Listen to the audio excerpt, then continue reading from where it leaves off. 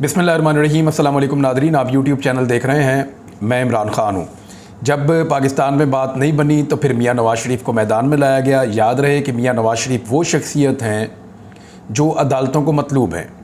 मियाँ नवाज़ शरीफ वो शख्सियत हैं जो इश्तिहारी हैं और पाकिस्तान से मफरूर हैं। मियाँ नवाज़ शरीफ को गुज़िश्ता चंद सालों से पाकिस्तानी अदालतें बुला रही हैं। मियाँ नवाज़ शरीफ साहब इश्तिहारी हो चुके हैं और वो पाकिस्तान से बाहर मफरूरी की ज़िंदगी लंदन में गुजार रहे हैं और पाकिस्तान की एस्टेब्लिशमेंट भी उनसे बातचीत करती है, पाकिस्तान की हुकूमत भी उनके मशवरों से चलती है और वो पाकिस्तान वापस आकर अपने केसेस का सामना करने या अदालतों में पेश होने के लिए बिल्कुल आमादा दिखाई नहीं देते। अब वही नवाज़ शरीफ जो अदालतों को मतलूब है, जिनको अदालतों में पेश होना है, जो अदालतों के इश्तिहारी हैं, वो अदालतों को हुक्म दे रहे हैं, यानी मुतालबात वो कर रहे हैं, यानी इसको कह सकते हैं उल्टा चोर कोतवाल को डांटे। सिंपल मिसाल है, आप इसको यही मिसाल कह सकते हैं। नवाज शरीफ ने स्टेटमेंट क्या दिया है और उस स्टेटमेंट के कुछ हिस्से मैं आपके साथ शेयर करता हूं, लेकिन पहले आप ये देखें। नवाज शरीफ ने कहा कि इलेक्शन कमीशन केस में फुल कोर्ट किसी ट्रक या रेडी वाले का नहीं बल्कि कौमी मसला है, इस बेंच का फैसला कबूल नहीं करेंगे। फुल कोर्ट का उन्होंने कहा जी बनाएं, वरना फैसला हम कबूल नहीं करेंगे। नवाज शरीफ भी कैलकुलेशन करके बैठे हुए हैं। उन्हें आइडिया है कि कितने जजेस किस तरफ होंगे और कितने जजेस किस तरफ होंगे। सारी ज़िंदगी इन्होंने कैलकुलेशंस के अंदर गुजारी है। लेकिन मेरी ज़ाती राय में 90 दिन में इलेक्शन के आईनी मामले के ऊपर अगर सारे जजेस भी बैठ जाएंगे तो होना तो यही है कि 90 रोज़ के अंदर इलेक्शन करवाए जाएँ। मैक्सिमम फैसला ये निकल सकता है कि ठीक है, अगर कोई मजबूरी है तो थोड़े दिन आगे चले जाएं, लेकिन आईने पाकिस्तान के मुताबिक इलेक्शन करवाए जाएं। सारे जजेस बैठ भी गए तो ये तो नहीं हो सकता कि आईने पाकिस्तान के बरखिलाफ फैसला दे दिया जाए। बहरहाल देखना यह है कि सुप्रीम कोर्ट ऑफ पाकिस्तान ने जो ये कहा है कि फ़िलहाल वो नहीं बना रहे एक फुल कोर्ट, और नवाज शरीफ ने मुतालबा कर दिया है बैठ के लंदन से। मफरूर भी हैं, इश्तिहारी भी हैं और मुतालबा भी अदालत से। नवाज शरीफ ने कहा कि मुल्की तारीख के एक दफ़ा फिर नवाज शरीफ ने वही बात कर दी कि मुल्क तारीख के नाजुक तरीन दौर से गुजर रहा है। ये हर दफ़ा नवाज शरीफ ने यही कहना होता है। इलेक्शन कमीशन केस से मुतालिक सब फुल कोर्ट बनाने पर मुत्तफिक है। ये ट्रक या रेडी वाले का नहीं बल्कि कौमी एक मसला पाकिस्तान का बन चुका है, लिहाजा फैसले ज़बरदस्ती ठूंसने से गुरेज किया जाए। आपको याद होगा नवाज शरीफ का जब पनामा वाले केस का फैसला आने वाला था तो उस वक्त भी इन्होंने अदालतों पर हमले कर दिए थे, लेकिन उस वक्त अदलिया इनके दबाव में नहीं आई थी। नून लीग के कायद ने कहा कि फुल कोर्ट का फैसला सबको कबूल होगा और हमें भी इस पर एतमाद है, यानी नवाज शरीफ को पहले से पता कि फैसला क्या है, इसलिए वो कबूलियत का भी कह रहे हैं। मगर 3 रुकनी बेंच की बातें जो चल रही हैं, इसके पीछे जो अवामिल कार फरमा है उन्हें कौम समझे। नवाज शरीफ का मामला ये है कि वो अब किसी भी सूरत इलेक्शन से भागना चाहते हैं। नवाज शरीफ पहले पाकिस्तान से भागे, परवेज़ मुशर्रफ साहब जब आए तो तब, उसके बाद नवाज शरीफ साहब जब इक़्तिदार में नहीं होते तो पाकिस्तान से भाग जाते हैं। उसके बाद इमरान खान साहब इक़्तिदार में आए, नवाज शरीफ साहब जेल में थे और वो अपने दौरे हुकूमत में ही उनके ख़िलाफ़ केसेस बने थे, फ़ैसले आए थे। निगरान हुकूमत में वो ख़ुद गिरफ़्तारी पेश करने के लिए आए। उनके भाई ने कहा कि मेरी बात हो गई है, जनरल बाजवा से मेरी हुकूमत बनने वाली है। तो नवाज शरीफ इस आसरे पर के 2 हफ्ते के लिए जेल में जाना पड़ेगा। अपनी बेटी को लेकर पाकिस्तान वापस आ गए कि 2 हफ्ते मैं जेल में गुजारूंगा। बयानात मैंने पहले रिकॉर्ड करवाए हुए हैं, मेरी पार्टी को बहुत वोट मिलेंगे और बात तो हो गई एस्टेब्लिशमेंट के साथ तो हमारी हुकूमत बन जाएगी। लेकिन हुआ ये कि हुकूमत इमरान खान की बन गई, लोगों ने वोट ही बहुत ज़्यादा डाल दिए। अब वो जो हुकूमत बन गई उसके बाद नवाज शरीफ को जेल में रहना पड़ गया 1 साल के लिए। 1 साल के बाद नवाज शरीफ साहब कभी बाहर अंदर, कभी अस्पताल, कभी इधर कभी उधर, वो ये करते रहे। उन्होंने ये टाइम गुजारा VVIP किस्म का और उसके बाद निकल कर बरतानिया चले गए। जिस तरह गए वो सारी दुनिया जानती है, यानी एक मरतबा फिर भाग गए। और अब जब उन्होंने 2 नंबर तरीके से शब खून मार के पाकिस्तान में अपने भाई की हुकूमत बनवाई तो उस वक्त से लेकर अब तक इसलिए बदमज़ा है कि पाकिस्तान के लोग उनको वोट ही नहीं डालना चाहते। और जब वोट नहीं मिलेंगे तो सियासत कैसे होगी, इलेक्शन कैसे होगा। अब नवाज शरीफ एक मरतबा फिर भाग रहे हैं, और भाग किस चीज़ से रहे हैं? इंतखाबात से भाग रहे हैं। नवाज शरीफ ने आज फिर दोबारा गर्दान शुरू कर दी कि 2017 में मुझे क्यों निकाला। दोबारा वही सारी बातें शुरू कर दी जो वो पहले किया करते थे और धमकियां लगाना शुरू कर दी इस कौम को कि अगर इस बेंच ने फैसला दिया ना, अभी नवाज शरीफ को ये नहीं पता कि फैसला आएगा क्या, लेकिन अगर बेंच ने फैसला दिया, यानी इलेक्शन का फैसला अगर आ गया, तो नवाज शरीफ के बकौल डॉलर 500 रुपए का हो जाएगा। यानी कौम को धमकियां लगा रहे हैं, ताजरों को धमकियां लगा रहे हैं। और इसहाक डार ने आने के बाद जो डॉलर का बेड़ा गर्क किया है, जो पाकिस्तान की इकॉनमी को मुकम्मल तौर पे तबाह कर दिया है इसहाक डार ने, नवाज शरीफ ने अगली नवीद भी सुना दी है। यानी इन्होंने हमेशा ब्लैकमेलिंग की है, पाकिस्तान के इदारों को ब्लैकमेल किया, पाकिस्तान की पब्लिक को ब्लैकमेल किया, पाकिस्तान के लोगों को ब्लैकमेल किया, दूसरे सियासतदानों को ब्लैकमेल किया। अब फिर ब्लैकमेल कर रहे हैं कि डॉलर 500 रुपए का हो जाएगा। मियां साहब, आपके मुंह में खाक, डॉलर 500 का नहीं होना चाहिए। अब मेरे ख्याल में डॉलर को नीचे वापस जाना चाहिए। और डार साहब अगर ज़बरदस्ती अब डॉलर को ऊपर ले जाएं आपकी ख्वाहिश की तकमील के लिए, तो आपका ये जुमला हमें याद रहेगा। और मियां साहब को ये सोचना चाहिए कि क्या बात नहीं करनी, लेकिन उनका क्या, वो इश्तिहारी हैं, मफरूर हैं, वो कोई भी बात कर सकते हैं। और हैरत की बात यह है कि पाकिस्तान टेलीविज़न उसको चलाता है।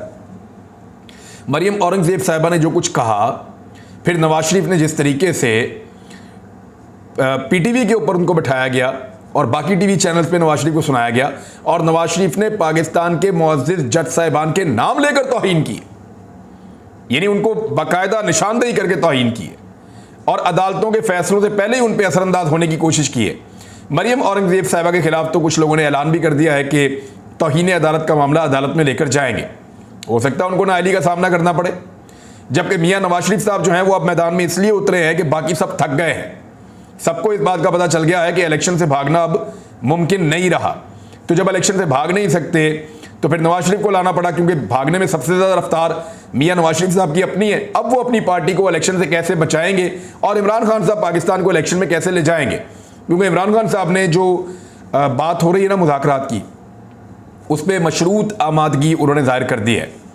ज़मान पार्क में इमरान खान साहब ने मुलाकात की सहाफ़ियों से।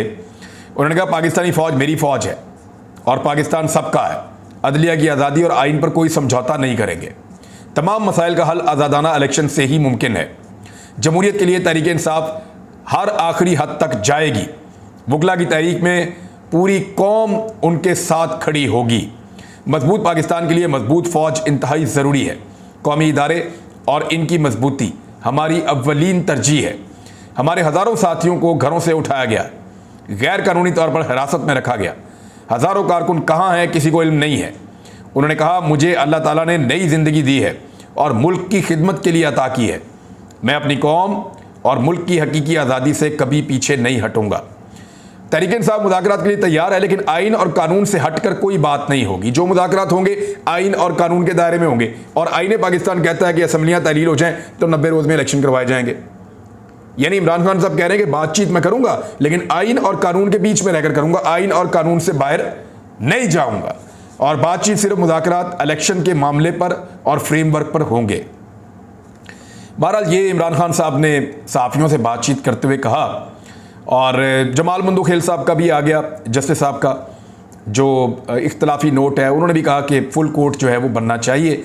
अब क्योंकि नवाज शरीफ साहब का ये मुतालबा है, तो ये सबको समझ लेनी चाहिए बात कि PMLN के और PDM के फ़ायदे के लिए मखसूस बेंच बनाने की एक कोशिश की जा रही है और उसके लिए प्रोपेगेंडा किया जा रहा है, और चीफ जस्टिस ऑफ पाकिस्तान के ऊपर लगातार दबाव बढ़ाया जा रहा है।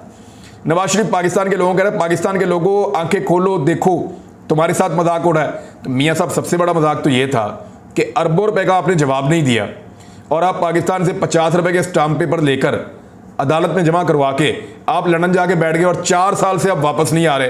पाकिस्तान की कौम के साथ इससे बड़ा कोई मजाक हो सकता है? पाकिस्तान की कौम के साथ इससे बड़ा मजाक क्या होगा कि 13 जमातों का इत्तेहाद में लाके एक चूचू का मुरब्बा लाकर बैठा दिया है, जिसने पाकिस्तान की इकॉनमी का बेड़ा गर्क करके रख दिया है। कौम के साथ शहबाज शरीफ से बड़ा मजाक क्या होगा, जिन्होंने अपने कपड़े बेचकर लोगों को आटा देना था और वो आटा देने की बजाय आटा जो है वो जाने ले रहा है इंसानों की। इससे बड़ा कौम के साथ मजाक क्या होगा, जिस तरह की काबीना आपने बना के रख दी है। पाकिस्तान जो है वो दिवालिया होता जा रहा है और पाकिस्तान का वजीर खारजा वो एक प्राइवेट जेट के ऊपर, सरकारी प्लेन के ऊपर जो है वो पूरी दुनिया के दौरे करता फिर रहा है, वो पाकिस्तान वापस ही नहीं आता। इससे बड़ा कौम के साथ मजाक क्या होगा कि आसिफ अली जरदारी और नवाज शरीफ और फजलुर रहमान और बाकी जमातों ने मिलकर हुकूमत बना ली है। तो कौम के साथ मियाँ साहब आप लोगों ने बहुत बड़े बड़े मजाक किए हैं, बल्कि आपने तो अपनी पार्टी के साथ भी मजाक कर लिया कि अपनी बेटी को उठा के आपने पार्टी की सरबराही दे दी, चीफ ऑर्गेनाइजर भी बना दिया और ओहदे भी सारे दे दिए, और वो जो लोग बेचारे 20-20 साल से 40-40 साल से जूतियां घिस रहे हैं इस पार्टी के अंदर, वो हाथ बांध के उसके सामने खड़े होने पर मजबूर हो गए। तो इससे बड़ा मजाक तो मियां साहब, आप तो अपनी पार्टी के साथ भी मजाक करते हैं, कौम तो फिर भी बहुत दूर की बात है। नवाज शरीफ ने और उनकी पार्टी ने एक कंपेन चलाई है चीफ जस्टिस ऑफ पाकिस्तान के खिलाफ। कंपेन जो है वो ये है कि 23 करोड़ अवाम का सोमोटो, चीफ जस्टिस इस्तीफा दो। क्यों जी? चीफ जस्टिस ऑफ पाकिस्तान क्यों इस्तीफा दें? यानी 23 करोड़ अवाम का सोमोटो। 23 करोड़ में से मुझे तो पहले आप निकालें ना एक बार कि 23 करोड़ में से एक आप कम करें, और मेरी तरह के और भी बहुत सारे होंगे। अगर 23 करोड़ लोग इस वक्त खिलाफ खड़े हैं इमरान खान के और उनके मौक़िफ़ के, या खिलाफ खड़े हैं अदालत के आइन और कानून के मुताबिक फैसले के, या 23 करोड़ लोग इस वक्त खिलाफ खड़े हैं कि पाकिस्तान में इंतखाबात नहीं होने चाहिए, तो भाई अगर 23 करोड़ लोग नवाज शरीफ और मरियम नवाज और PDM के मौक़िफ़ के साथ खड़े हैं तो कराओ इलेक्शन। इलेक्शन के अंदर पता चल जाएगा 23 करोड़ लोग कहां खड़े हैं। जितने इलेक्शन हुए हैं धांधली के जरिए 1-2 इन्होंने निकाल लिए हैं, बाकी 37 में से 30 इलेक्शन ये सारी जमातें हारी हैं। इमरान खान 80% से ज्यादा कामयाबी हासिल कर रहे हैं। पाकिस्तान की टोटल आबादी 22-23 करोड़ है। अब उसके 22-23 करोड़ में से चले आप अपने 20% निकाल लें, 10% निकाल लें, आप ये कह दें जनाब के 2 करोड़ या 3 करोड़ लोगों की ये ख्वाहिश है। ये 23 करोड़ आप कैसे कह सकते हैं? जहां पे इलेक्शन होता है आप इलेक्शन हार जाते हैं। तो इलेक्शन से भागने वाले कभी ये क्लेम नहीं कर सकते कि 23 करोड़ लोग उनके साथ खड़े हैं और चीफ जस्टिस के खिलाफ उन्होंने सो मोटो लिया है और वो उन्हें इस्तीफे पर मजबूर करें। मरियम नवाज ये कंपेन चला रही है चीफ जस्टिस ऑफ पाकिस्तान को इस्तीफा देने के लिए, उनका मीडिया सेल है। यानी वो नजर आ रहा है ना, जिनको फॉलो किया हुआ है वही लोग ये कर रहे हैं और लगातार करते चले जा रहे हैं। बहरहाल सैकड़ों सोशल मीडिया के लोगों को भी उठाया गया और कुछ बहुत ताकतवर हल्के उन लोगों को उठा रहे थे, क्योंकि ये बात मैंने भी बड़ी ओपनली डिस्कस की थी पहले भी, और ये बात की भी थी कि पाकिस्तान तहरीक इंसाफ के जो ट्रेंड बनते हैं ना, या जो कंपेन चलती है उनकी सोशल मीडिया के ऊपर, वो कोई ऑर्गेनाइज्ड कंपेन नहीं होती। बहुत सारे इदारों को, बहुत सारे लोगों को ऐसा लगता है कि पाकिस्तान तहरीक इंसाफ के सोशल मीडिया को कंट्रोल किया जाता है। ये आम आदमी है, पूरी दुनिया के अंदर बैठे हुए हैं, अमेरिका, बरतानिया, यूरोप के मुल्कों में, गल्फ़ में और दीगर दुनिया के अंदर, पाकिस्तान के अंदर बेशुमार ये लोग पूरी दुनिया के अंदर बैठे हुए हैं पाकिस्तानी, और पाकिस्तान के अंदर तो बहुत बड़ी तादाद में, यानी इनकी अगर मैं कहूँ कि 70-80% पाकिस्तान में है तो ये गलत नहीं होगा। तो ये बहुत बड़ी तादाद में पाकिस्तानी अपनी सोच के मुताबिक, अपनी दलील से कायल होने के बाद और अपने फहम के मुताबिक सोशल मीडिया पे अपना एक मौक़िफ़ बनाते हैं। बाज़ औक़ात पाकिस्तान तहरीक इंसाफ, क्योंकि मैं ज़ाती तौर पे जानता हूँ, मैंने इसको बहुत स्टडी किया है। शुरू में मुझे ऐसा लगा कि शायद पाकिस्तान तहरीक इंसाफ के कुछ लोग जो हैं वो मुमकिना तौर पे हो सकता है कि वो सोशल मीडिया को गाइड करते होंगे इस तरफ चलो या इस तरफ चलो, लेकिन मैंने बाद में महसूस किया कि पाकिस्तान तहरीक इंसाफ के लोगों को सोशल मीडिया गाइड करता है। यानी तहरीक इंसाफ सोशल मीडिया को कंट्रोल नहीं करती।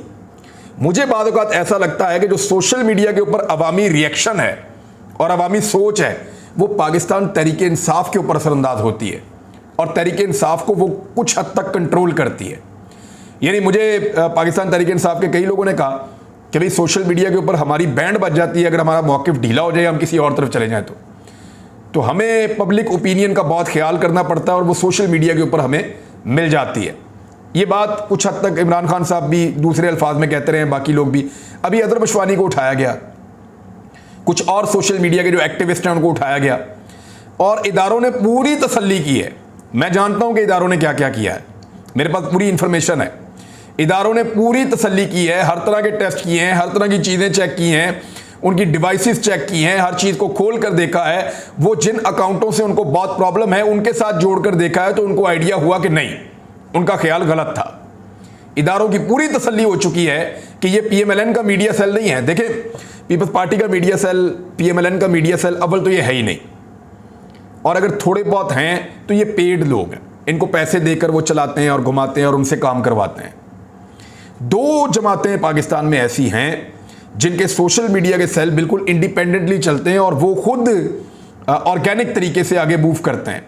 मिसाल के तौर पे अदर मशवानी गिरफ्तार, पाकिस्तान तहरीक इंसाफ के दीगर सोशल मीडिया के जो मेन एक्टिविस्ट हैं वो सारे गिरफ्तार। तो आप ट्रेंड्स चेक कर लें। अभी जब मैं वीडियो रिकॉर्ड कर रहा था उससे कुछ देर पहले हमने एक स्क्रीनशॉट लिया था, जो ट्रेंड्स चल रहे थे उनमें ये है, अदालतों को धमकाना बंद करो। अब ये अदरम उस्मानी तो गिरफ्तार है, कौन चला रहा है? और बाकी इसके साथ ही गिरफ्तार हैं, कौन चलवा रहा था?